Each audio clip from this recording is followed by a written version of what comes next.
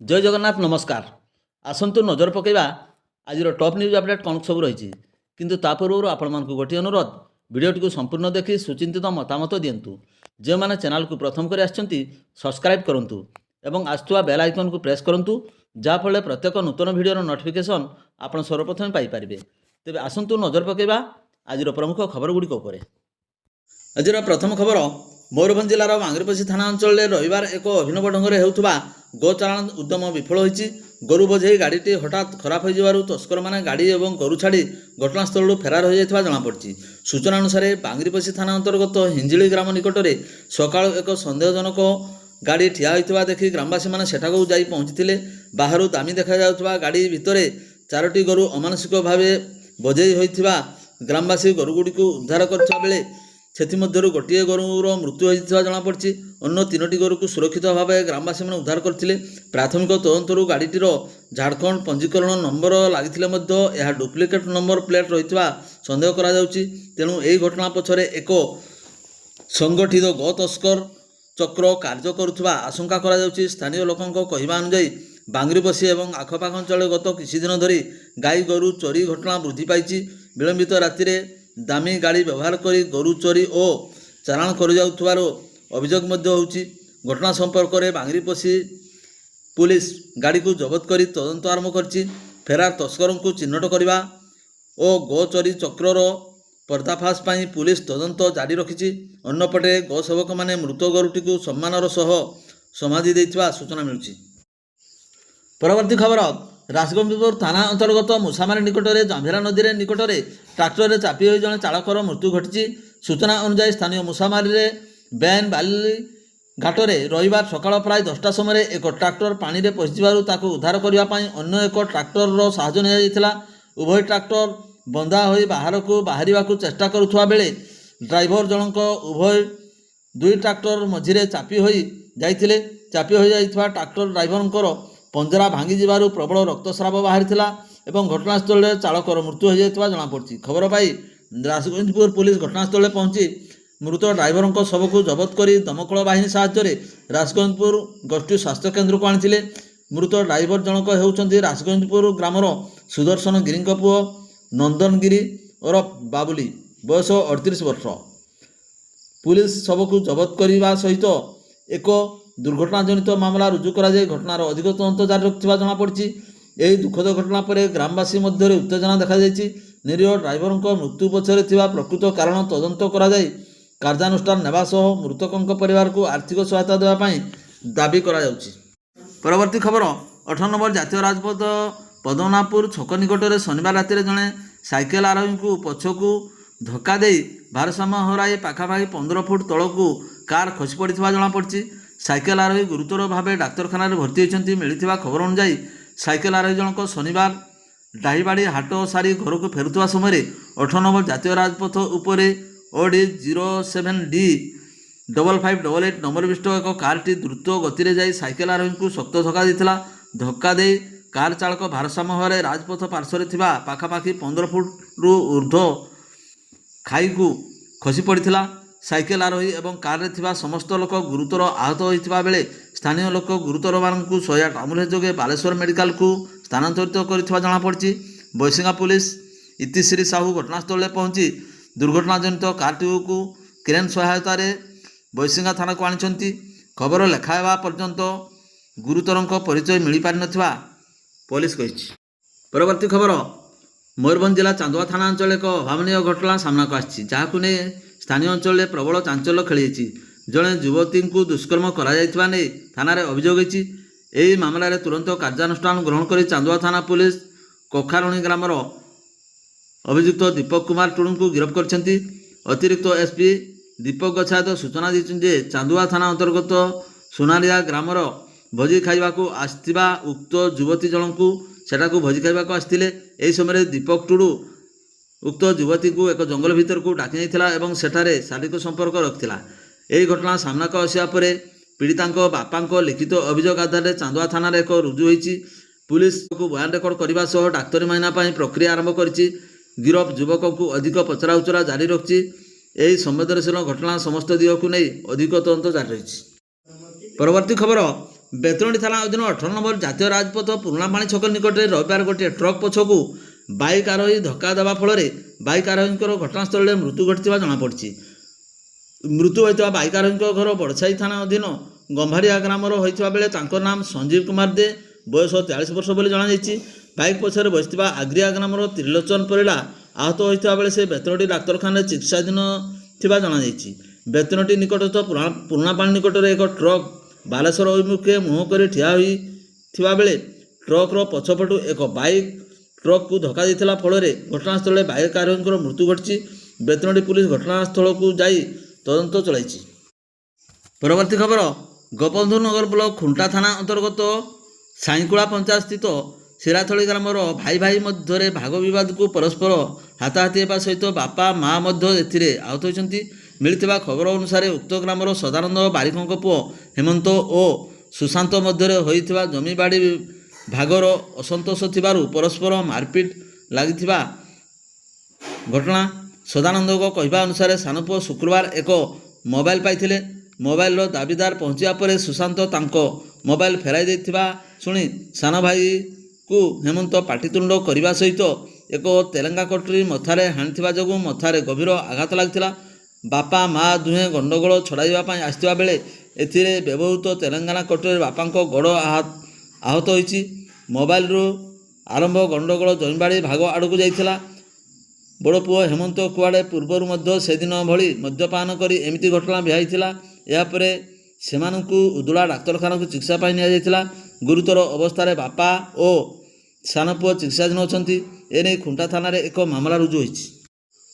ପରବର୍ତ୍ତୀ ଖବର, ମୟୂରଭଞ୍ଜ ଜିଲ୍ଲା ରାଇରଙ୍ଗପୁର ଉଠା ଜଳସେଚନ ବିଭାଗର ପୂର୍ବତନ କନିଷ୍ଠ ଯନ୍ତ୍ରୀ ଗଙ୍ଗାଧର ମହାନ୍ତ ବୟସ 63 ବର୍ଷଙ୍କର ଆୟ ବହିର୍ଭୂତ ସମ୍ପତ୍ତି ଠୁଳ ଅଭିଯୋଗ ନେଇ 2013 ମସିହାରେ ଏକ ଭିଜିଲାନ୍ସ ମାମଲା ସ୍ଥାନୀୟ ବାରିପଦା ସ୍ୱତନ୍ତ୍ର ଭିଜିଲାନ୍ସ ଜଜ୍ ପୂର୍ଣ୍ଣିମା ଜେନା ବିଚାର କରି ଅଭିଯୁକ୍ତକୁ ଦୋଷୀ ସାବ୍ୟସ୍ତ କରିବା ସହ ସୋମବାର ଦଣ୍ଡାଦେଶ ଶୁଣାଇଛନ୍ତି। ଦୋଷୀ ସାବ୍ୟସ୍ତ ଅଭିଯୁକ୍ତ ଗଙ୍ଗାଧର ମହାନ୍ତଙ୍କୁ ଦୁର୍ନୀତି ନିବାରଣ ଆଇନର 13 ଧାରା ଅନୁଯାୟୀ 2 ବର୍ଷ ସଶ୍ରମ କାରାଦଣ୍ଡ ସହ 1 ଲକ୍ଷ ଟଙ୍କା ଜରିମାନା ଆଦେଶ କରାଯାଇଛି। ଜରିମାନା ଅନାଦେୟ ଅତିରିକ୍ତ 3 ମାସ ପାଇଁ କାରାଦଣ୍ଡ ଭୋଗିବା ପାଇଁ ନିର୍ଦ୍ଦେଶ ରହିଛି। ସରକାରଙ୍କ ପକ୍ଷରୁ ସ୍ୱତନ୍ତ୍ର ଭିଜିଲାନ୍ସ ପିପି ଶାନ୍ତନୁ କୁମାର ଦାସ ଏବଂ ଅତିରିକ୍ତ ପିପି ଦୀପକ କୁମାର ସେଠୀ ଉଭୟ ମାମଲା ପରିଚାଳନା କରିଥିଲେ। ବାଲେଶ୍ୱର ଭିଜିଲାନ୍ସ ଥାନାରେ ଗତ 2013 ଡିସେମ୍ବର 19 ତାରିଖରେ ରୁଜୁ ହୋଇଥିବା 54 ନମ୍ବର ମାମଲା ଅନୁଯାୟୀ ଅଭିଯୁକ୍ତ ଗଙ୍ଗାଧର ମହାନ୍ତଙ୍କ ବିରୋଧରେ ଆୟ ବହିର୍ଭୂତ ସମ୍ପତ୍ତି ଠୁଳ ହୋଇଥିବା ନେଇ ଅଭିଯୋଗ ହୋଇଥିଲା। ଭିଜିଲାନ୍ସ ପକ୍ଷରୁ ଏକ ସଙ୍ଗରେ ତାଙ୍କର ବାରିପଦା ସହରସ୍ଥିତ ଭୁଗୁଡ଼ାକଟାରେ ବାସଗୃହ, କରଞ୍ଜିଆ ଥାନା ଅଧୀନ ନଦଗଡ଼ିଆ ସ୍ଥିତ ପୈତୃକ ବାସଭବନ ଓ ରାଇରଙ୍ଗପୁର ସ୍ଥିତ ସରକାରୀ ବାସଗୃହ ଓ କାର୍ଯ୍ୟାଳୟ ଚଢ଼ାଉ କରାଯାଇଥିଲା।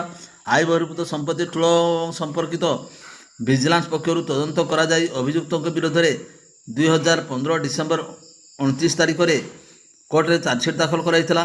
ଏହି ମାମଲାର ଅଭିଯୁକ୍ତ 2016 ଅକ୍ଟୋବର 3 ତାରିଖରେ କୋର୍ଟରେ ହାଜର ହେବା ସହ ସେହିଦିନ ଜାମିନ ପାଇଥିଲେ। 2019 ଜାନୁଆରୀ 16 ତାରିଖରେ ଚାର୍ଜ ଫର୍ମ ଓ ବିଚାର ପ୍ରକ୍ରିୟା ଆରମ୍ଭ କରାଯାଇଥିଲା। ପରବର୍ତ୍ତୀ ଖବର, ଚୋରା ଦେଶୀ ଏବଂ ବିଦେଶୀ ମଦ କାରବାରରେ ଜଡ଼ିତ 2 ଅଭିଯୁକ୍ତଙ୍କୁ ଗିରଫ କରି କୋର୍ଟ ଚାଲାଣ କରିଥିବା ବେଳେ ସେମାନଙ୍କ ନିକଟରୁ ଦେଶୀ ଏବଂ ବିଦେଶୀ ମଦ ଜବତ ଏବଂ ଫ୍ରିଜ୍ ଜବତ କରାଯାଇଛି। ମିଳିଥିବା ଖବର ଅନୁସାରେ ମରଡ଼ା ଥାନା ଅଧୀନ ବିଭିନ୍ନ ଗ୍ରାମରେ ଚୋରା ଏବଂ ବିଦେଶୀ ମଦ କାରବାର ହେଉଥିବା ଖବର ପାଇ ଥାନା ଅଧିକାରୀ ସୁମିତ କୁମାର ସୋରେନଙ୍କ ନେତୃତ୍ୱରେ ପୁଲିସ ରବିବାର ଚଢ଼ାଉ କରି ଗଣ୍ଡଗୁହାଳି ଗ୍ରାମର ସୁରେନ୍ଦ୍ର ଚୋପ୍ରାୟ ବର୍ଷ 41 ବର୍ଷଙ୍କ ଠାରୁ 23 ଲିଟର ଦେଶୀ ଏବଂ 3 ଲିଟର 400 ଗ୍ରାମର ବିଦେଶୀ ମଦ ଜବତ କରାଯାଇଥିବା ବେଳେ ଭଳାଘାଟି ଗ୍ରାମର ଲେପ୍ରା ବାସ୍କେ 35 ବର୍ଷଙ୍କ ଠାରୁ 22 ଲିଟର ଦେଶୀ ଏବଂ 11 ଲିଟର 700 ଗ୍ରାମର ବିଦେଶୀ ମଦ ଜବତ କରାଯାଇଛି ଏବଂ ଏକ ଫ୍ରିଜ୍କୁ ଜବତ କରାଯାଇଥିବା ବେଳେ ମରଡ଼ା ଥାନାରେ ଏନେଇ 2ଟି ମାମଲା ରୁଜୁ କରାଯାଇଥିବା ଜଣାଯାଇଛି। 2 ଅଭିଯୁକ୍ତଙ୍କୁ ଗିରଫ ପୂର୍ବକ କୋର୍ଟ ଚାଲାଣ ମଧ୍ୟ କରାଯାଇଛି। ପରବର୍ତ୍ତୀ ଖବର, ବିଶୋଇ ବ୍ଲକ ଏବଂ ପଞ୍ଚାୟତ ଅଧୀନ କୁନ୍ଦୁଳିଆ ଗ୍ରାମରେ ଗତ ରାତିରେ 25 କେଭି ଟ୍ରାନ୍ସଫର୍ମର କଏଲ ଚୋରି ହୋଇଥିବା ନେଇ ସୂଚନା ମିଳିଛି। ରବିବାର ରାତି ପ୍ରାୟ 12ଟା ସମୟରେ ପାଖାପାଖି ଦୁର୍ବୃତ୍ତମାନେ ଚୋରି କରିଥିବା ଗ୍ରାମବାସୀମାନେ କହିଛନ୍ତି। ରବିବାର ରାତିରୁ କୁନ୍ଦୁଳିଆ ଭୂୟାଁ ସାହି ଲୋକେ ଅନ୍ଧାର ଥିବା ବେଳେ ସୋମବାର ସକାଳୁ ବାଣିଜ୍ୟ କନିଷ୍ଠଯନ୍ତ୍ରୀ ଜୀବନଦୀପ ତରେଇ, ସୁପରଭାଇଜର ମନୋଜ ପ୍ରଧାନ, ଲାଇନମ୍ୟାନ୍ ସଞ୍ଜୟ ନାୟକ ପ୍ରମୁଖ ପହଞ୍ଚି ଘଟଣାର ଅନୁଧ୍ୟାନ କରି ବିଶୋଇ ଥାନାରେ ଏକ ଲିଖିତ ଅଭିଯୋଗ କରିଛନ୍ତି। କୋଏଲର ଆନୁମାନିକ ମୂଲ୍ୟ 50,000 ଟଙ୍କା ହେବ ବୋଲି ଯନ୍ତ୍ରୀ ତରେଇ କହିଛନ୍ତି। ପରବର୍ତ୍ତୀ ଖବର, ରାଇରଙ୍ଗପୁର ବସ୍ଷ୍ଟାଣ୍ଡରେ ଦୀର୍ଘଦିନରୁ ରହିଆସିଥିବା ବିଦେଶୀ ମଦ ଦୋକାନ ଜୁନ୍ 30 ତାରିଖ ସୁଦ୍ଧା ବନ୍ଦ କରିବା ପାଇଁ ପ୍ରଶାସନ ସମୟ ମାଗିଥିଲା। ଗତ 8 ତାରିଖରେ ମୟୂରଭଞ୍ଜ ଆଦିବାସୀ ଛାତ୍ର ସଂଗଠନ ମାସା ତରଫରୁ ଜିଲ୍ଲାପାଳଙ୍କ ନିକଟରେ ଶୁଣାଣି ପ୍ରକାରରେ ଉକ୍ତ ବିଦେଶୀ ମଦ ଦୋକାନ ବନ୍ଦ କରିବା ପାଇଁ ଲିଖିତ ଅଭିଯୋଗ କରାଯାଇଥିଲା। ଅଭିଯୋଗ ଶୁଣାଣି ବେଳେ ପ୍ରଶାସନ ପକ୍ଷରୁ ଚଳିତ ମାସ 30 ତାରିଖ ସୁଦ୍ଧା ଉକ୍ତ ମଦ ଦୋକାନ ବନ୍ଦ କରାଯିବ ବୋଲି ସରକାରୀ ବିଭାଗ ତରଫରୁ ପ୍ରତିଶ୍ରୁତି ଦିଆଯାଇଥିଲା। ଅବକାରୀ ବିଭାଗ ପ୍ରତିଶ୍ରୁତି ଅନୁଯାୟୀ ନିର୍ଦ୍ଧାରିତ ସମୟ ସୁଦ୍ଧା ଉକ୍ତ ବିଦେଶୀ ମଦ ଦୋକାନକୁ ବନ୍ଦ କରିବା ପାଇଁ ଆବଶ୍ୟକ ପଦକ୍ଷେପ କରାଯାଉ। ଏଥିରେ ବ୍ୟତିକ୍ରମ ଘଟିଲେ ଛାତ୍ର ସଂଗଠନ ମାସା ପକ୍ଷରୁ ଜୁଲାଇ 1 ତାରିଖରୁ ଉକ୍ତ ମଦ ଦୋକାନ ସମ୍ମୁଖରେ ଶାନ୍ତିପୂର୍ଣ୍ଣ ଧାରଣା ଆରମ୍ଭ କରାଯିବ ବୋଲି ଚେତାବନୀ ମାସାର ଜିଲ୍ଲା ସଭାପତି ରାମ ମୁର୍ମୁ, ଜିଲ୍ଲା ସାଧାରଣ ସମ୍ପାଦକ ହାଡ଼ିବନ୍ଧୁ ଟୁଡୁ, ବାମନଘାଟି ଉପସଭାପତି ମାସାଙ୍ଗ ହେମ୍ରମ ପ୍ରମୁଖ ଚେତାବନୀ ଦେଇଛନ୍ତି। ପରବର୍ତ୍ତୀ ଖବର, ବହୁଚର୍ଚ୍ଚିତ ଝରାଫୁଲ ହତ୍ୟାକାଣ୍ଡ ଘଟଣାର ରାୟ ଆସିଛି। ଦୋଷୀ ରାକେଶ ସ୍ୱାଇଁଙ୍କୁ ଆଜୀବନ କାରାଦଣ୍ଡ ଦିଆଯାଇଛି।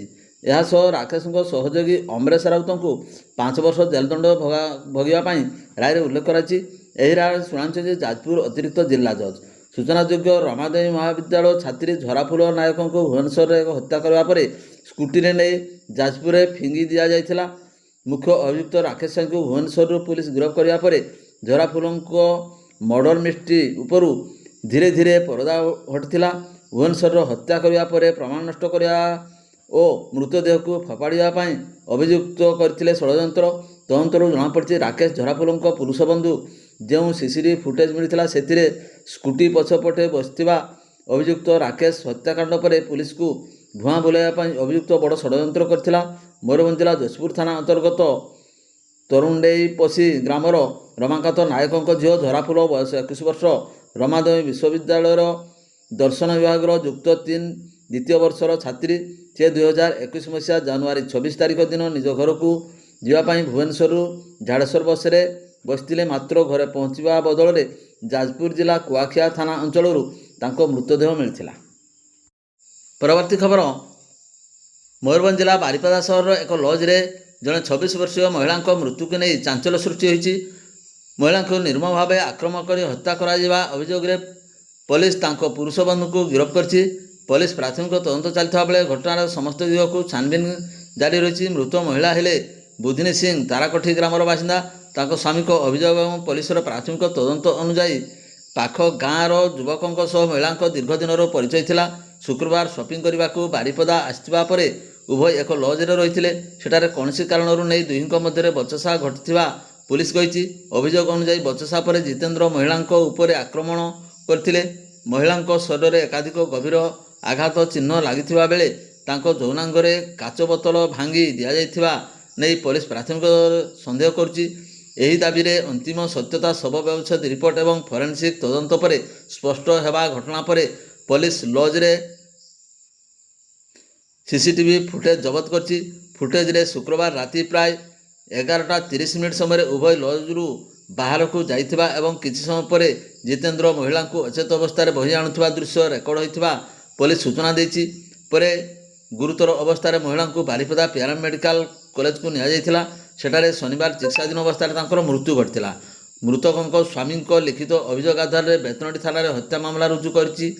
ଏହି ମାମଲାରେ ଭାରତୀୟ ନ୍ୟାୟ ସଂହିତା ସମ୍ପୃକ୍ତ ଧାରା ଏବଂ ଅନୁସୂଚିତ ଜାତି ଜନଜାତି ଆଇନ ଅନୁଯାୟୀ ମହିଳା ମାମଲା ରୁଜୁ ହୋଇଛି। ମୁଖ୍ୟ ଅଭିଯୁକ୍ତ ଜିତେନ୍ଦ୍ର ମହାନ୍ତଙ୍କୁ ଗିରଫ କରାଯାଇଥିବା ବେଳେ ଘଟଣାରେ ଅନ୍ୟ କାହାର ସମ୍ପୃକ୍ତ ଅଛି କି ନାହିଁ ସେ ନେଇ ତଦନ୍ତ ଜାରି ରହିଛି।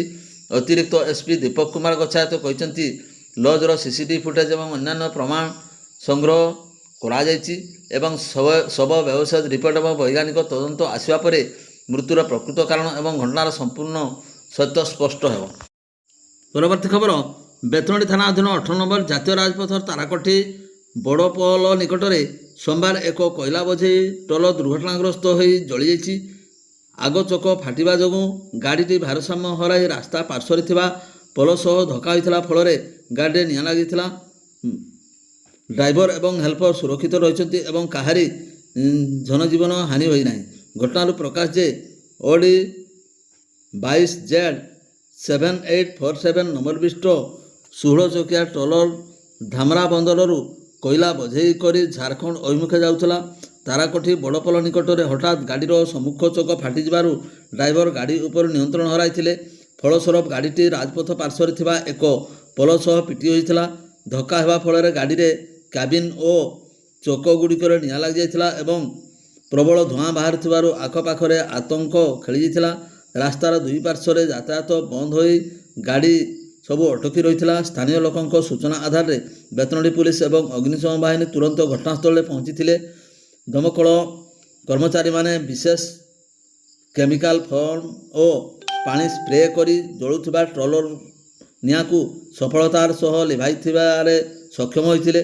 ଗାଡ଼ିର ମାଲିକ ତଥା ଡ୍ରାଇଭର ତାପସ ମାଇତି ଏବଂ ହେଲ୍ପର ଦୀପକ ଖାଟୁଆ ଦୁର୍ଘଟଣା ସମୟରେ ହିଁ ଗାଡ଼ିରୁ ବାହାରି ଆସିଥିବାରୁ ଉଭୟ ସୁରକ୍ଷିତ ଅଛନ୍ତି ବୋଲି ପୋଲିସ ପକ୍ଷରୁ ଜଣାପଡ଼ିଛି। ଦୁର୍ଘଟଣା ଯୋଗୁଁ କିଛି ସମୟ ଜାତୀୟ ରାଜପଥ ଯାତାୟାତ ବ୍ୟାହତ ହୋଇଥିଲା। ପୁଲିସ ଘଟଣାର ଅଧିକ ତଦନ୍ତ ଜାରି ରଖିଛି। ଭିଡ଼ିଓଟିକୁ ଶେଷ ପର୍ଯ୍ୟନ୍ତ ଦେଖିଥିବାରୁ ଆପଣଙ୍କୁ ଅଶେଷ ଅଶେଷ ଧନ୍ୟବାଦ।